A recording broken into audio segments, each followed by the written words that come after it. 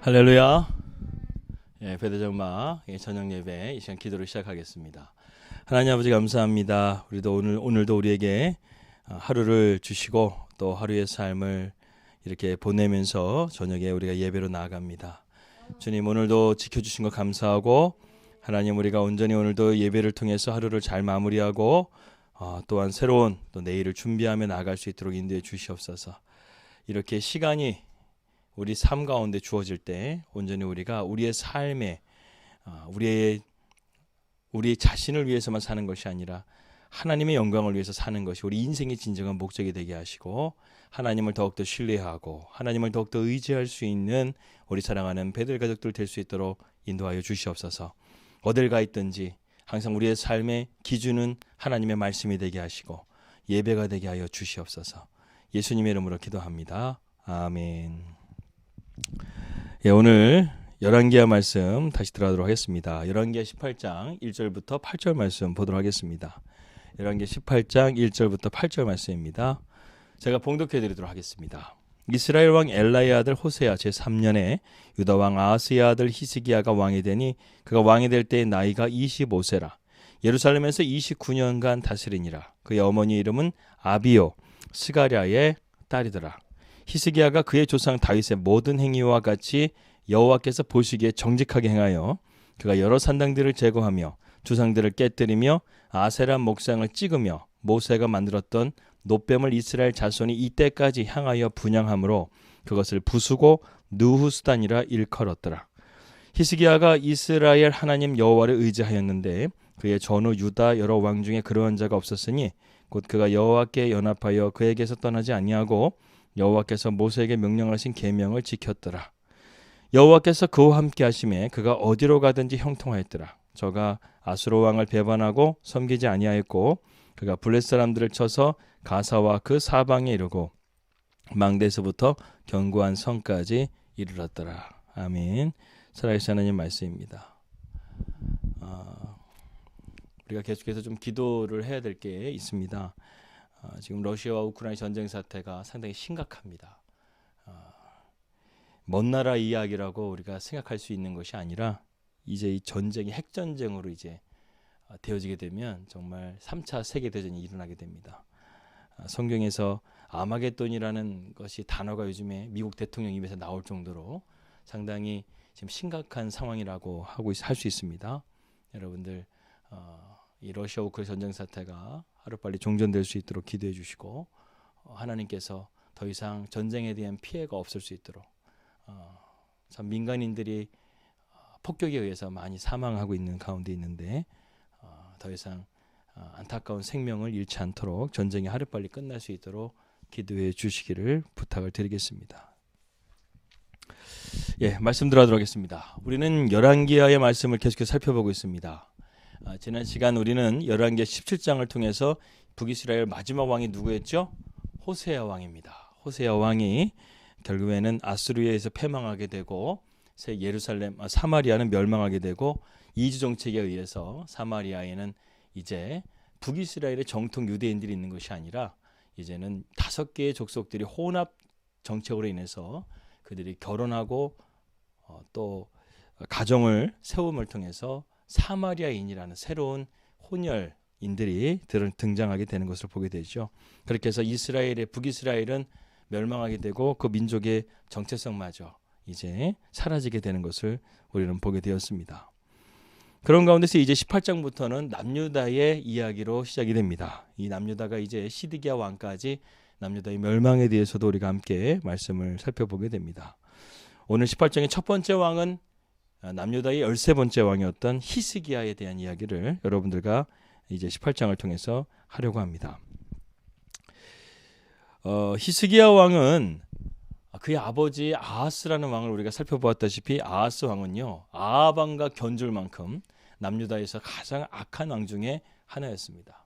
남유다의 악한 왕 중에 대표적인 왕이 므낫세하고 아하스인데 이 아하스하고 므낫세가 결국에는 이 가장 악한 왕을 통해서 하나님 앞에 이 남유다가 심판을 받게 되는 결정적인 죄를 짓게 되는데 아하스 왕이나 므낫세가 지었던 몰렉이라는 이 우상 숭배인데 이것은 인신 제사를 말합니다. 그러니까 자녀를 불 가운데 던져버려 가지고 희생을 시킴을 통해서 제사를 지냈다는 것이죠. 사람의 생명을 제물로 썼다는 것입니다.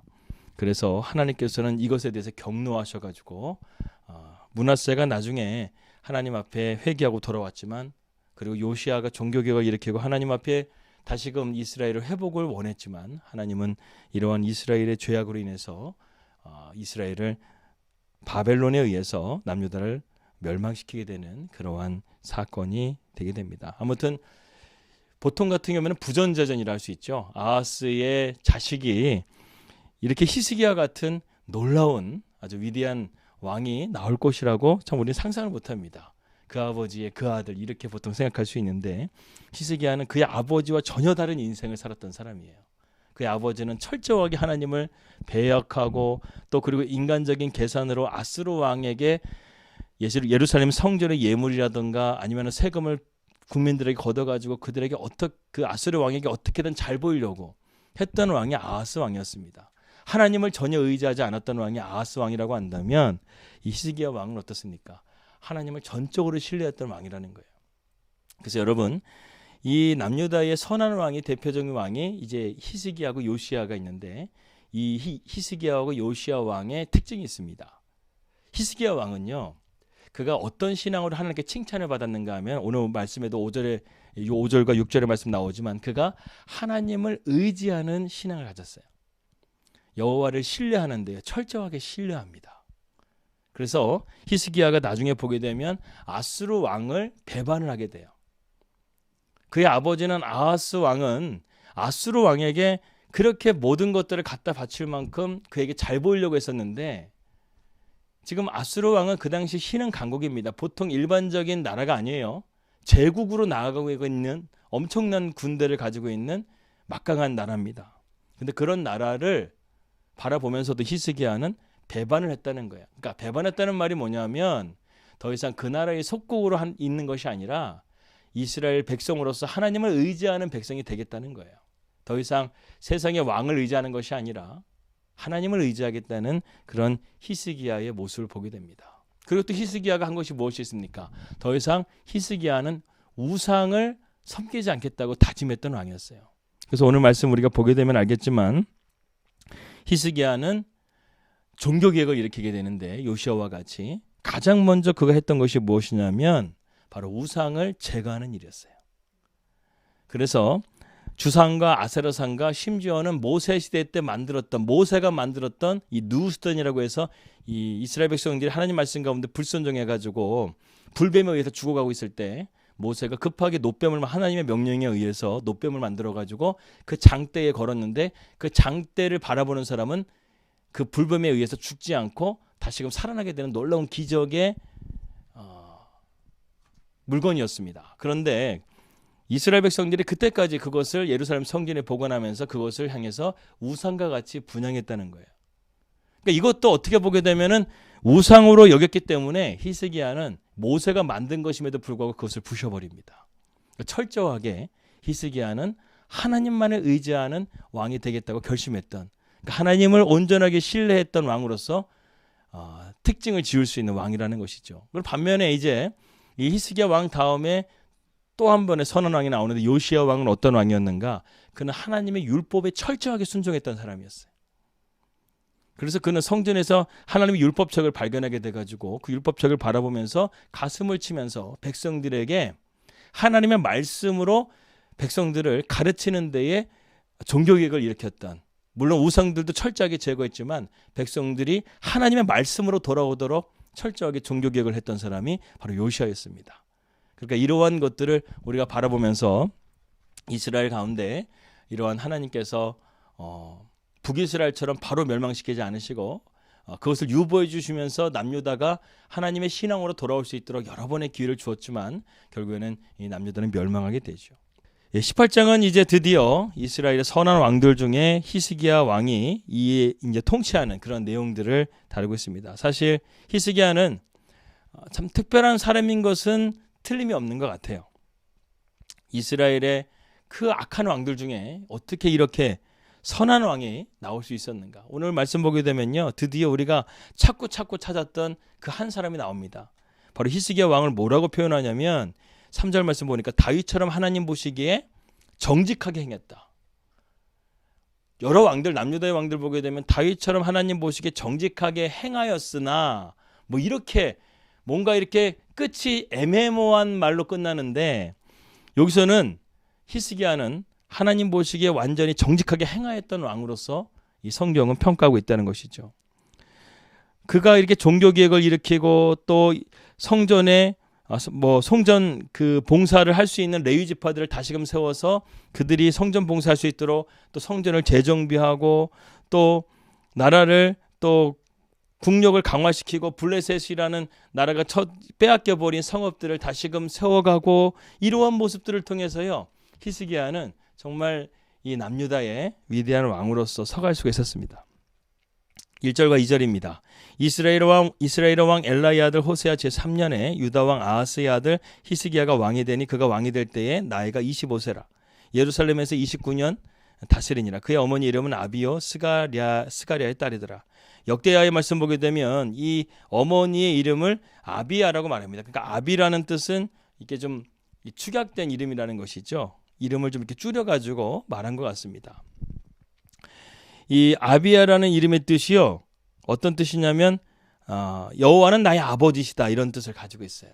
그리고 스가랴라는 뜻은 여호와께서 기억하신다, 이런 뜻을 가지고 있습니다.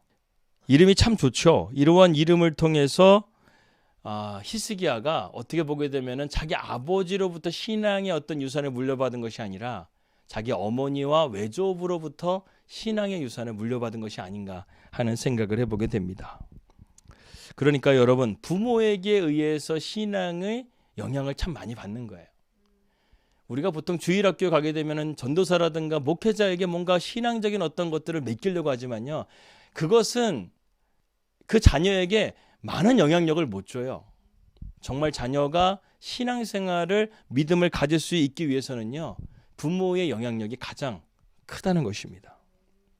그래서 우리가 자녀들을 앞에서요, 정말 말 한마디라든가 또 행동이라든가 이런 것들을 다 조심해서 해야 된다는 것이죠. 3절과 4절입니다. 히스기야가 그의 조상 다윗의 모든 행위와 같이 여호와께서 보시기에 정직하게 행하여 그가 여러 산당들을 제거하며 주상을 깨뜨리며 아세라 목상을 찍으며 모세가 만들었던 노뱀을 이스라엘 자손이 이때까지 향하여 분향함으로 그것을 부수고 누우스더니라 일컬었더라. 히스기야가 하나님 보시기에 정직하게 행하였다는 것을 두 가지 사실로 말해주고 있는데, 첫 번째는 산당을 제거했고 우상을 제거했다는 거. 모세가 만들었던 노뱀까지 제거했다는 것은요, 그가 그만큼 우상 숭배에 대해 철저하게 내려놓고 하나님만을 의지했다는 것을 보게 됩니다. 그래서 5절 말씀에 그가 우상 숭배를 다 이렇게 부셨다는 그 말씀 다음에 5절 말씀이 이렇게 나옵니다. 히스기야가 이스라엘 하나님 여호와를 의지하였는데, 원어를 보게 되면요, 여호와를 아니에요, 여호와만을 의지했다 그랬어요.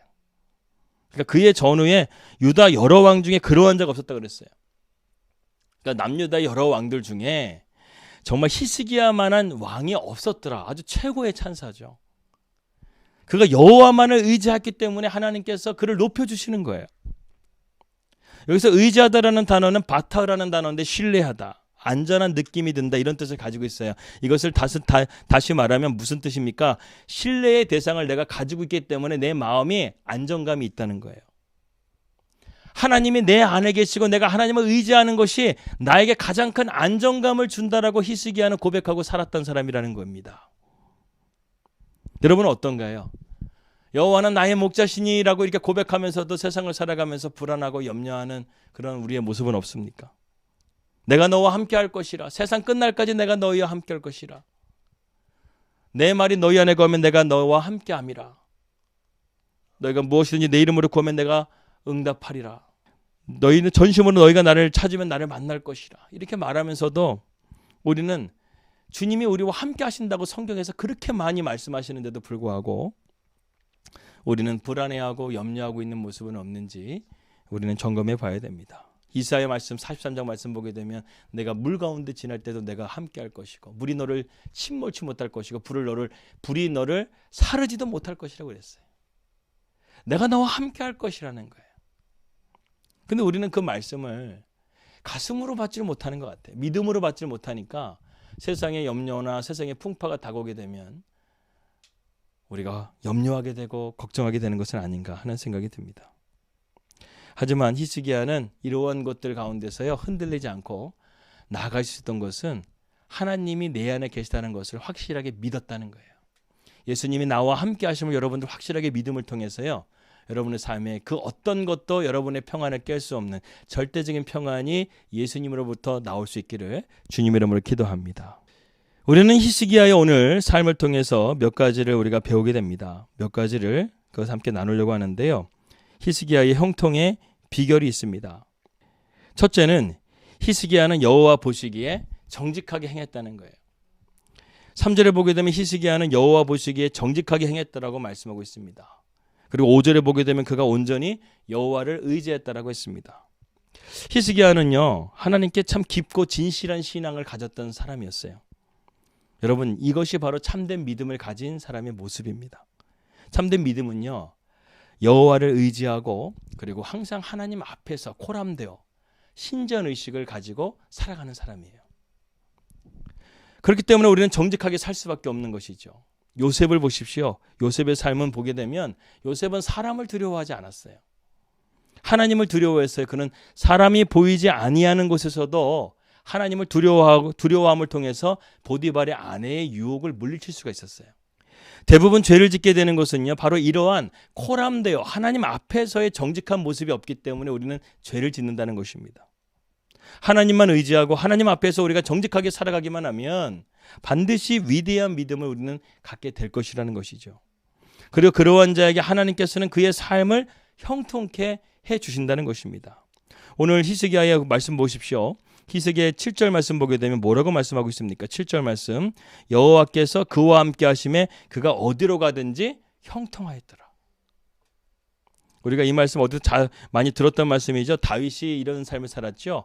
다윗은 하나님을 의지하는 삶을 살았어요. 그래서 그가 왕이 되어가지고 가는 곳마다 하나님께서 그가 가는 곳마다 강성하게 하시고 형통하게 하시고 전쟁 가운데 승리케 하시는 것을 보게 됩니다. 여러분 형통이라는 것은요.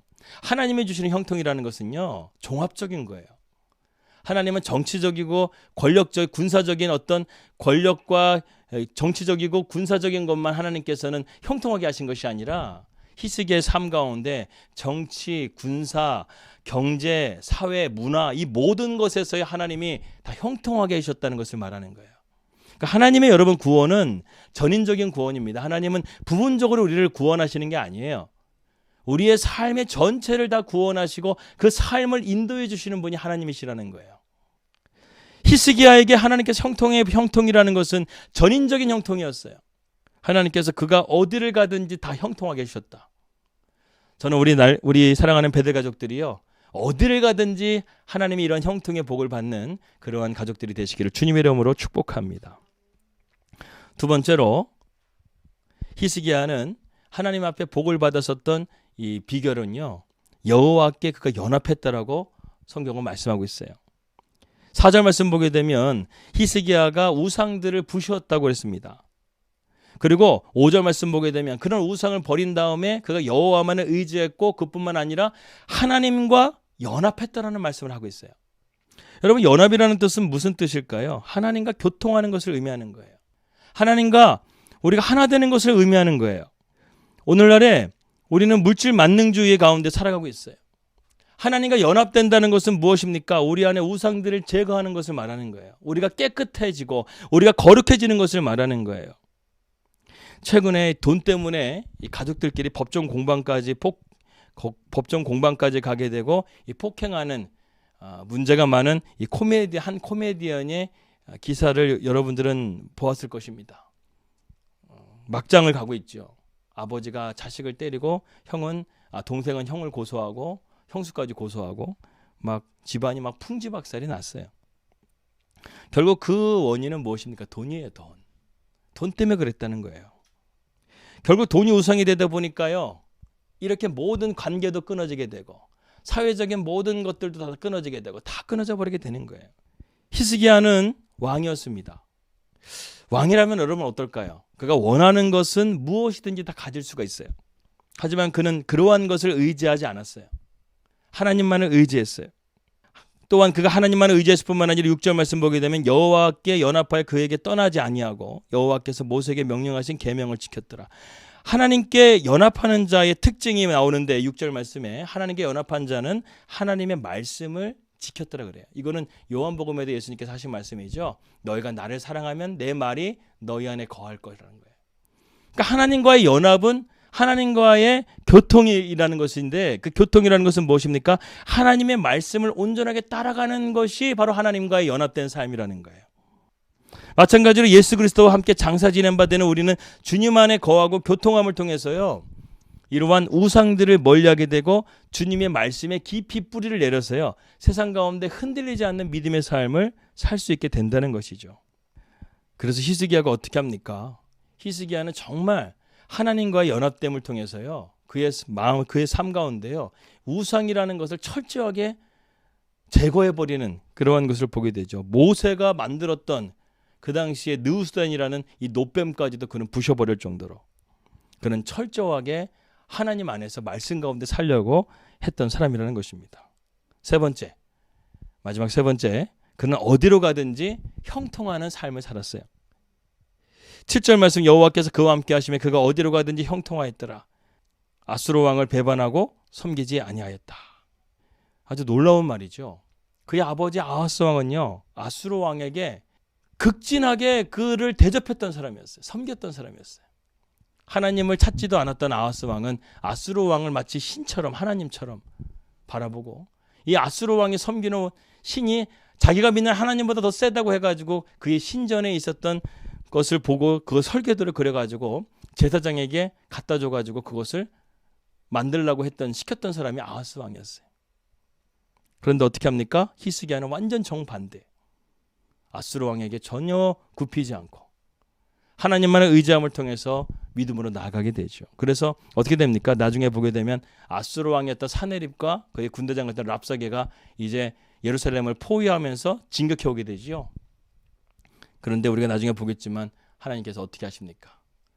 히스기야 이스라엘 백성들이 군대를 쓰지 않았는데도 그 밤에 천사 한 명이 나와가지고 18만 5천 명을 순식간에 전멸시켜버려요. 이게 우리 하나님이십니다. 하나님의 방법은 심플해요. 우리가 하나님께 나아가는 과정이 중요한 거예요. 예수님이 오시면은요 문제는 다 해결돼요. 근데 우리의 마음 가운데 예수님을 모시는 과정이 힘든 거예요. 우리 안에 있는 우상들을 제거하지 못하기 때문에 우리 안에 있는 하나님과의 어떤 말씀 가운데 온전하게 우리가 순종하지 못하는 불순종의 삶 때문에 하나님과 우리에는 자꾸만 거리가 멀어지게 되는 거예요. 어제 우리가 요한복음 말씀을 통해서 함께 나눴죠. 나흘이나 된 시체 냄새가 나는 나사로에게 주님이 오니까요. 초상집이 잔치집이 돼버리잖아요. 어저께도 우리가 요한복음 말씀을 통해서 함께 나눴지만 무슨 말입니까? 예수님께서 돌을 옮기라고 말씀하셨죠. 나사로에게 예수님께서 가셔야 되는데 주님께서는 그냥 말씀으로 돌아 이쪽으로 치워라 이렇게 말하면 치워지는 것이 아니라 주님께서는 분명하게 거기 있는 사람들에게 돌을 치우라고 말씀하셨어요. 우리의 삶 가운데 이런 하나님과의 관계가 막혀진 장애물들은 누가 치워야 되는 거예요? 내가 치워야 되는 거예요. 이 돌을 치워야 돼요. 우상을 치워야 돼요. 히스기야가 가장 잘한 것은 우상이라는 하나님과의 관계가 막혀져 있는 이 돌덩어리를 치웠다는 거예요. 그러니까 하나님과 교통이 되어지고 하나님과 연합이 되어지니까 하나님께서 그의 삶에 어디로 가든지 형통하는 복을 받게 되었다는 것이죠. 이러한 하나님과의 장애물들을 제거해야지만 주님과의 이런 연합된 삶, 주님 안에서 이런 형통한 삶을 우리가 살 수 있게 된다는 것입니다. 여러분 하나님은요 우리 안에 우상을 품고 죄악을 품은 상태로는요 우리와 함께 하실 수가 없어요. 우리가 죄악을 버리고 하나님 앞에 정직하게 나아가는 것, 회개하며 나아가는 것, 겸손하게 나아가는 것, 이것이 바로 하나님 앞에 바르게 나아가는 바른 신앙의 모습이라는 것입니다. 여러분 형통한 삶은 누구나 원하는 것일 거예요. 저도 형통한 삶을 너무나 원하고 기도합니다. 히스기야는 우리가 원했던 그런 형통한 삶을 살았어요. 어디로 가든지 그는 하나님의 형통의 복을 받았습니다. 우리는 앞으로 히스기야 왕을 통해서요. 히스기야 왕이 이러한 형통한 삶을 살게 되었던 영적인 원리들을 함께 말씀을 통해 살펴보면서 우리가 정말 형통한 삶을 우리의 것으로 만들 수 있는 그러한 저와 여러분들이 되시기를 주님 이름으로 기도합니다. 기도하겠습니다. 하나님 아버지 감사합니다. 오늘 우리가 말씀을 통해서 히스기야 왕의 삶이 하나님 앞에 어떤 삶이었는지를 깨닫고 우리도 도전하게 되고 우리도 용기를 갖게 됩니다. 주님, 우리도 이러한 형통한 복을 누릴 수 있도록 여호와 앞에 정직하고 여호와만을 의지하고 하나님과 연합된 삶을 살아감을 통해 우리의 삶이 믿음 안에서 흔들리지 않고 승리하는 삶이 될 수 있도록 인도하여 주시옵소서. 예수 그리스도 이름으로 기도하였습니다. 아멘. 이 시간 주기도문으로 예배를 마치겠습니다. 하늘에 계신 우리 아버지여, 이름이 거룩히 여김을 받으시오며 나라의 마옵시며 뜻이 하늘에서 이루어진 것 같이 땅에서도 이루어지이다. 오늘날 우리에게 일용할 양식을 주시옵고 우리가 우리에게 죄진들을 사해 준 것 같이 우리 죄를 사해 주시옵고 우리를 시험에 들게 하지 마옵시며 다만 악에서 구원하옵소서. 대개 나라와 권세와 영광이 아버지께 영원히 있사옵나이다. 아멘.